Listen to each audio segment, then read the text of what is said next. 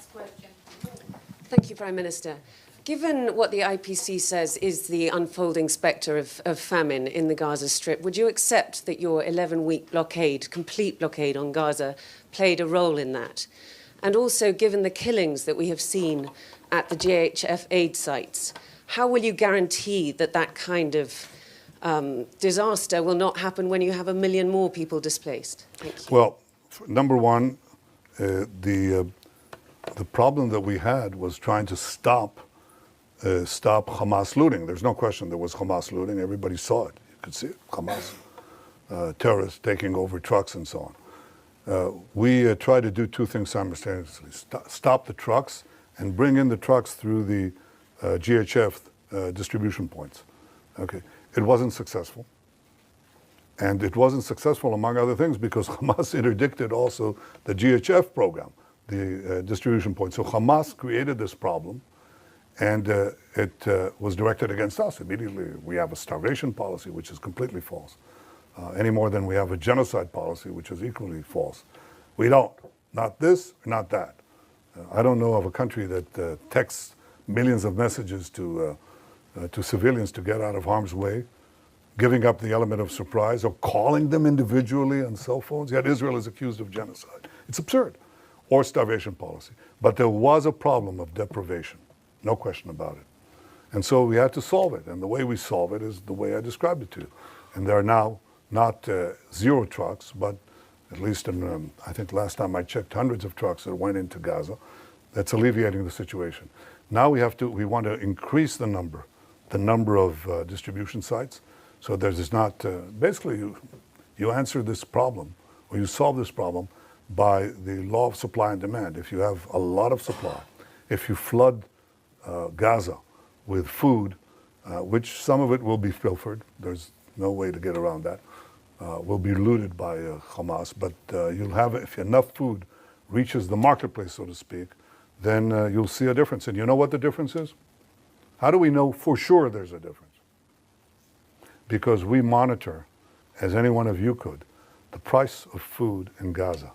It's plummeted. It's plummeted ever since that we decided to take to do the humanitarian surge. And it'll plummet more if other countries join us.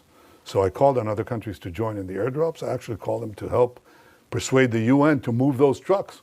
Because every truck that goes in brings down the price of food. That's what happens.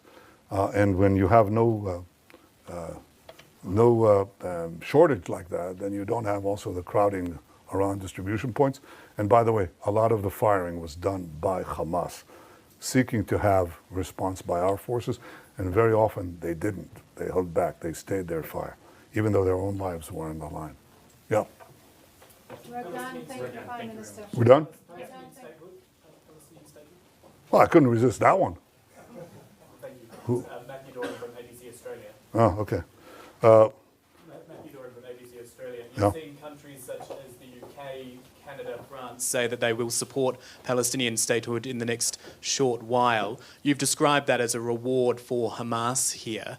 Other countries like Australia are also walking down this path, not quite there yet. How much of this is a reward for Hamas, and how much of it is actually countries like those who have repeatedly said Israel does have a right to defend itself, but are now struggling to stomach what they're seeing you and your military doing in Gaza? Well, first of all, those who say that Israel has a right to defend itself are also saying, but don't exercise that right.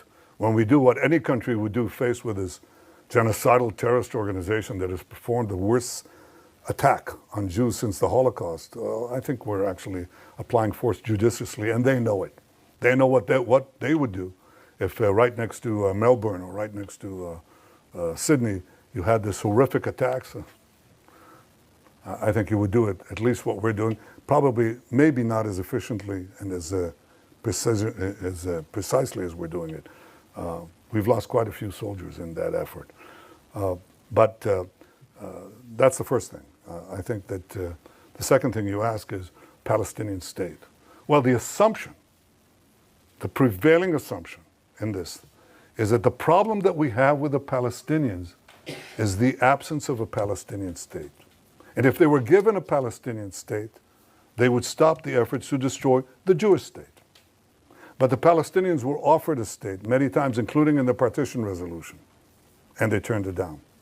They were offered statehood by my predecessors with lavish concessions. They turned it down.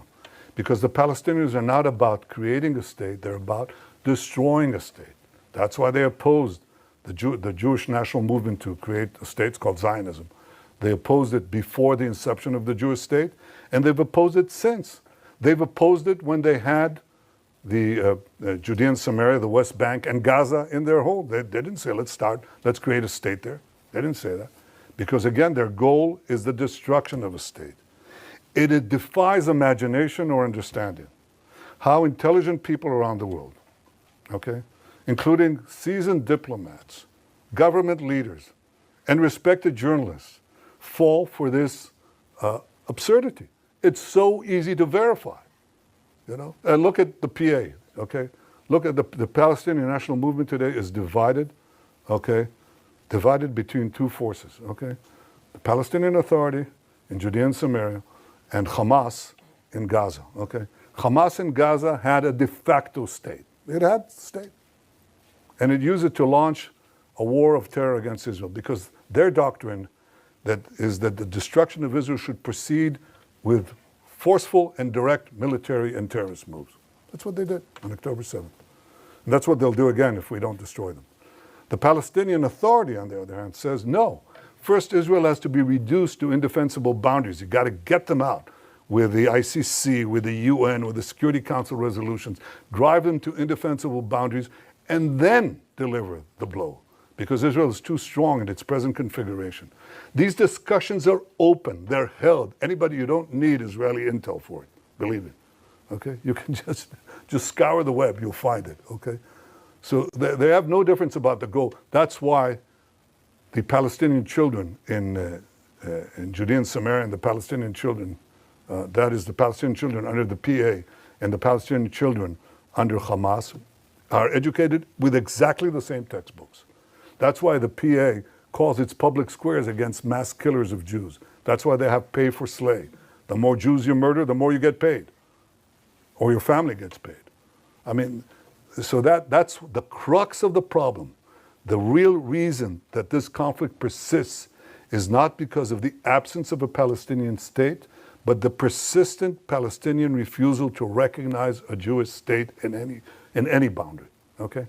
Now, when you give them a Palestinian state, when they haven't abandoned the goal of destroying the Jewish state, all you're doing is you're bringing the next war closer. Again, Hamas had a state. You just brought the war closer. And if you did the same thing in Judea and Samaria, right above Tel Aviv, enveloping Jerusalem, some say cutting Jerusalem into two, that's all that's going to happen. You're going to have the radicals again take it over, Iran take it over, and start a state from improved boundaries, start a war with improved boundaries. That's not going to happen. I think the solution to this problem is that the Palestinians should have all the powers to govern themselves in the places where they live and none of the powers to threaten Israel. They should obviously reform their whole education system. They should reform their whole historical outlook and say, all right, we accept that Israel is here to stay, not as a fact, as a physical or geographic fact, but as a fact of historical equity. If they want to live here next to us, they have to stop seeking our destruction. And to give them an independent state with all the trimmings, okay, is to invite a future war and a certain war. And that's something that today the Israeli public forcefully opposes. Before the war, by the way, it was about,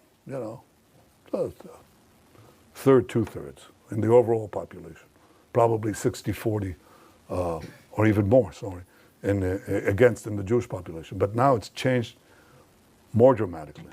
I mean, we had a vote in the Knesset a few months ago about the possibility of, having a Palestinian state, and the result was 99-9. 99-9. And that covers a very broad spectrum.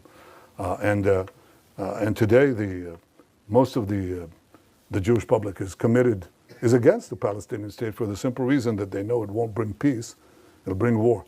To have European countries and Australia march into that rabbit hole, just like that, fall right into it, and buy this canard is disappointing. And I think it's actually shameful, but it's not going to change our position. Again, we will not commit national suicide to get a good op-ed for 2 minutes.